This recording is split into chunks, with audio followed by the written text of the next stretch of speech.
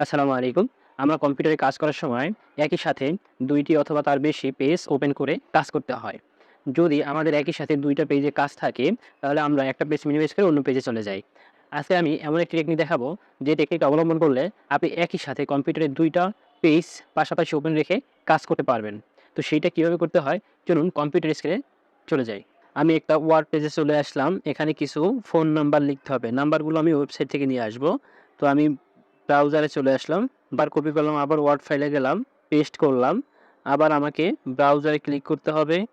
তারপরে আবার নাম্বারটা কপি করে আমাকে ওয়ার্ড ফাইলে আবার গিয়ে পেস্ট করতে হবে।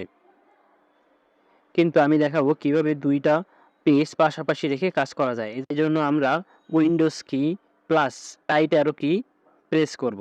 তাহলে আমাদের এই পেজটা রাইট সাইডে চলে আসবে এবং লেফট সাইডে এরকম বাকি পেজগুলো দেখা যাবে। ক্লিক করলেই আবার এটা বাম পাশে চলে আসলো। এরপরে আমি এখান থেকে নাম্বার কপি করে এখানে পেস্ট করতে পারবো। অর্থাৎ একই সাথে ২ টা পেজে কাজ করতে পারবো। এভাবে কাজ করলে আপনার অনেক সময় বেঁচে যাবে। যদি আপনি চান যে আমার এই পাশের পেজটাকে আমি অন্য পাশে নিব, তখন আবার উইন্ডোজ কি চেপে ধরে লেফট বাটনে ক্লিক করলেই লেফটে চলে আসলো এবং বাকিটা রাইটে চলে আসলো। এরকম ইম্পোর্টেন্ট ভিডিও পেতে আমার আইডিকে ফলো দিয়ে রাখুন এবং শেয়ার করে অন্যদের দেখার সুযোগ করে দিন।